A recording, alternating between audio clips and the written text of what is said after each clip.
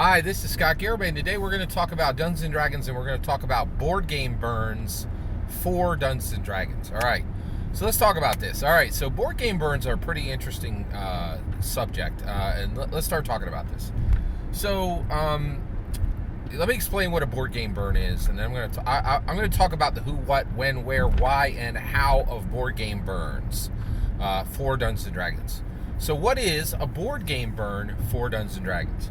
So I've done this many times in my life, and it happens, and every board game burn is a little different, right? It has a different shape depending on what you need, who you are, so forth. I'm going to explain the board game burns I've done.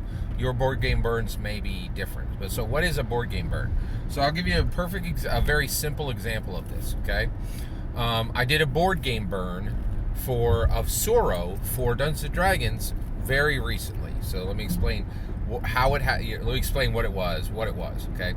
So I was out and about. I was, going to Wawa to get a meatball sandwich, right? And I passed my neighbors. I passed a few blocks, and there's one of my, local neighbors a few blocks away, and they're having one of these aggregated garage sales, right? So I pull off, and it's like, 4 or 5 houses, and they have all their stuff together, and, it's a really robust garage sale. This is like on a Saturday morning, right? And I'm there fairly early, like maybe 9 a.m. I know people go a lot earlier than that, but there's still some good stuff left. And this one family has a stack of board games. They had 7 board games,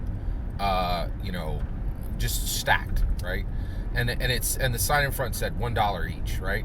So I immediately, before some nonsense other neighbor could swipe them up, I just literally piled them up and carried them over, right? And bought them with cash. I didn't even check what they were, right? And the reason why is I saw 2 games, right? Pandemic was in there, and it was pristine, right? Like, it was open, but there was no crumples on the box or anything, and it looked brand new, right? And I didn't check anything in them. I just literally piled up all 7 games and just bought them all, right? So 2 games in there. One was Pandemic, and then the other one was Sorrow. Okay, so I'll just talk about Sorrow now, right? So Sorrow is there, and Sorrow is this it's an Oriental theme, and it has these ley lines of magic that interconnect, and you can turn these tiles, and then you slide these stones around. It's actually a great board game. It's also an app you can get on your phone. It's very fun. It's wonderful. I've played it several times, and I really like it, right? That game, I would have paid $10 for $10. So Sorrow is like retail $19 or $20, right? And then Pandemic is also $19. Sorrow is like $20 or $30 retail, depending on where you get it. Pandemic is $20 to $40 retail, depending on where you get it. So I was getting these $1 a piece, right? And so these are perfect candidates for board game burns, and that's exactly what I did. So let me just talk about Sorrow. So I took Sorrow, right, and I brought it home, and I just put it in a pile, on the other side of the room. And my wife's like, "Oh, you got some stuff at a garage sale?" And I was like, "Yeah, And then later that day, that was the conversation with my wife, right? And then I cut up, right? I pulled Sorrow out. I took all the tiles, right? And then I took all the 5 magic stones in there, and then I cut the box flat, and I threw all the other crap in the game out, because none of it was going to be usable for Dungeons & Dragons. But Sorrow is awesomely usable for Dungeons & Dragons. The reason why is it has these 5 magical stones. They're almost exactly the same size as a regular D&D mini. They're like just a little shorter than a humanoid mini, and there's 5 different colors. So you can be like, oh, this. Whenever you come within 10 feet of this stone, it manifests, say, the blue stone. It manifests a water elemental who immediately binds to you and serves you for the next 24 hours, right? So it's like a summon elemental that serves you for 24 hours, right? And there's a firestone, and there's, and so you could just connect, and so it's perfect, easily usable,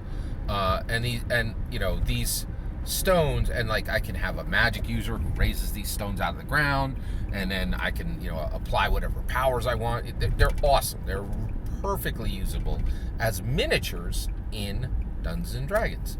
And you could take the Sorrow leyline paths, right? And you can put those down and say, this sorcerer, sends out these leyline paths, and then literally cover the board with the leyline paths and say, everybody on this gray line, everybody on this white line, you have to deal with this spell that comes through, you have to deal with that spell. Perfectly usable in Dungeons and Dragons, right? Now, why do I call this a board game burn, right? Well, first of all, I own 50 board games. 50. Like, I have a board game problem in that I literally cannot buy any more board games, without a problem, because I own 50 board games. We've played probably 45 of those. I have 5 board games that aren't even unpacked. I have to be very careful about bringing board games into the house. Now, generally, I would be like, I'm talking to you about board game burns for Dungeons & Dragons, and normally I would just leave all this economic stuff out, but you can't leave economics out of anything now because the Democrats are in charge, and that means the world is cracking in half. And so the reality is, even people who have a lot of money are starting to be very... even if you have a lot of money, nobody's buying stuff willy-nilly anymore because they're like, you know what, bread could be $20 a loaf in a week, and so, everybody's watching their money, even rich people now. Nobody's just balling out the way they used to because everybody's terrified, and, well, they should be. We got 2 plagues, we got, we're on the brink of World War III. You cannot feed babies in America. The list goes on and on and on and on. It's terrible. It's we're literally close to an apocalypse. It's getting pretty bad, right? So no one has the ability to just buy, you have to be very frugal, even rich people, right? Because it's very bad times in America, right? So I'm going to talk about, so if you're like me and you're like, hey, I can't just buy board games at retail anymore, right? Or I can't buy board games and just keep them all, right? Because I don't have space, right? And guess what? This idea of people not having space is very real. A ton of people in my neighborhood is getting gentrified very, very fast. And I know people right now who are, I know somebody who just left an apartment and is now living in a hotel. It's very real. It's happening all over. And at your table, you should be watching very carefully if your players are okay, right? Literally okay for everything, because it is getting bad in America, all right? So basically, let's talk this through. So I took Sorrow, and then the next day, my wife's like, "Hey, let's play Sorrow," and I was like, "We can't play Sorrow," and she's like, "Why not?" Right? And I was like, "I took that board game and I threw it out," right? It's trash. I converted that all into my Dungeons & Dragons set. And she's like, what? And I'm like, now why did I convert it and throw out the rest? One, for space, but there's another one, okay? I have done this in the past where I will go and I'll get tokens or miniatures from games, and even dice, because a lot of games will have special dice that I can do special things in Dungeons & Dragons with, right? And so I'll pull them out, and then I'll put them at the table, right? And my players, they don't know these. I don't even tell people where the parts come from. People will ask, and I won't even tell them. I'm like, got my own sourcing for Dungeons and Dragons. That's a whole conversation on what trust me, you wanna maintain the mystique, right? It's a thing, right? I'll say this real quick. Dungeon masters who tell the prestige said it right. Never tell them your secrets; they'll hate you for it, right? Because when you tell them, oh hey, I got this from this thing, they're like, oh, I could have done that myself for $1. But the reality is, I knew those games were good, and I was very quick, and I snapped them up. I used my expertise of board games to make my Dungeons and Dragons better. So I'm not going to tell people my secrets so they think less of my game, right? And that also, matches with something I've been saying for a while. There's not a lot of truth spreading between players at tables. And if you think I'm wrong, go check out Ginny D's last video. It is her backpedaling hard on talk to your players as she realizes that is terrible, terrible advice, and then literally admits in her Ginny D's last video is like, yeah, you can't talk to your players because they will lie to you, right? That she quite literally, that's the entire point of her video. You got to go check it out. All right, so a board game burn is when you take a board game and strip it for parts for your Dungeons & Dragons game. And it is perfect, right? Because this is very economically sound, because if you buy things for purpose for Dungeons & Dragons, you're going to pay a fortune, right? But if you strip board games, which were never intended for Dungeons and Dragons, right? Dungeons and Dragons, you could pay, $4 to $120 per miniature. Oh, and actually, I'm sorry, you can pay $300 per miniature, and people are outrageously angry about the prices for D&D miniatures, and the board game industry doesn't have any concept of this, and and they routinely will pack 40 miniatures into a game that costs $60, whereas you just go over and say, oh, this is for D&D, and everybody's like, oh, this is $300 to $300 for one mini, right? And it's so this is very, very important. Now, here's the board game burn part, right? It's important that you strip the parts and throw out the rest, right? Because I think you're going to be tempted to well, I'll take these parts, use them for Dungeons and Dragons, and I'll put them back in. There's a lot of problems with that approach, and it will bring you woe. And I'm saying this because I've struggled with it. One, my wife has had words with me quite a few times when she went to play a board game, and half the parts were sitting in my D&D kit. Right? Did not like that, right? So I no longer do that, right? And so I do a board game burn. So, but even that, my wife was still upset. She's like, did you literally strip Zorro, for D&D? And I was like, yeah, it was a buck. Or yes, right? But it didn't go well. But board game burns overall, I still 100%, my wife could be too upset. It was $1, right? Come on, right?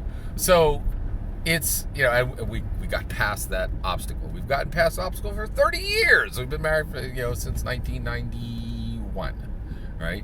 So, yeah, coming up on 31 years this year. So, yeah.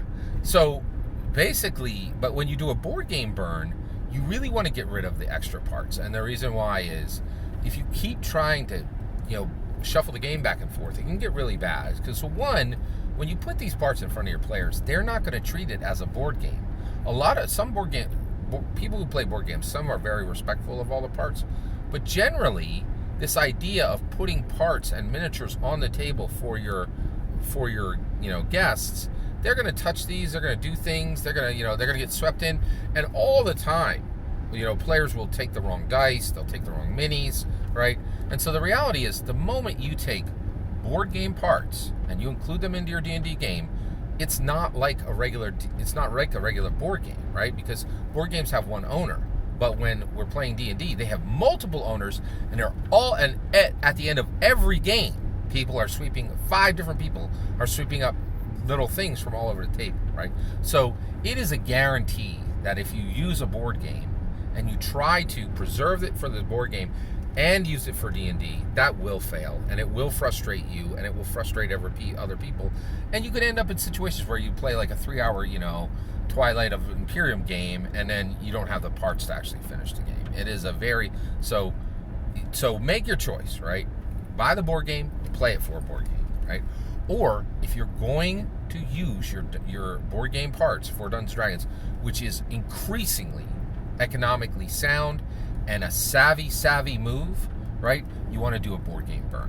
So, and that, what I mean by that is you strip everything you're going to use, you cut the box down, and you throw the rest in the trash. And this is very wise because you're going to save yourself a million headaches, right? So that is a board game burn, all right? So I covered the what, the who. If you're a millionaire, you don't need to do this. Just buy it and buy 2 copies, right? Or if you're a millionaire, none of this. But if you're not a millionaire, this definitely applies to you. And I think even millionaires are starting to be kind of wary about their money, but you probably have enough for 2 board games if you're a millionaire. So if you're a millionaire, nothing I said applies to you. If you're not a millionaire, it applies. All right. When should you do this? Anytime. If you're a dungeon master, start stopping at garage sales. This is a brilliant idea. So when, where, and where you should do it. You should get board games in your local area at garage sales, and this is a perfect time of year to do it, right? In America, you want to do it in spring, summer, and fall. Winter is not a great time for garage sales. Who? We already covered that. Why? Economics and wonder. Your players will wonder where you got this part, and you're going to build this incredibly robust set of miniatures that people don't expect to see at the table. It's really fun, and also tokens as well. And you can add these to your player characters to make them truly unique. I make custom magic items for each of my non-player characters when I can, when I have the time for a specific game, right? And it's really fun because you can attach these tokens that nobody knows where they came from. It's really fun. So wonder and economics. So who, what, when, where, why, and how. And how is, purchase it, strip it for parts, throw the rest out, right? That's a board game burn. Do you do this? I've done this with Pandemic. I have done this with Sorrow. I have done this with a few Pokemon games. I have done this with... What other board games have I... a board game called Reef. I've done this with Curse of the Black Pirate. A whole bunch of, and probably about a half a dozen others. I've done this with at least 10 games. So, have you ever done this with a game? Do you do board game burns? I'd love to hear your thoughts on this. Let me know in the comments below. Please consider liking and subscribing. Have a wonderful millennium.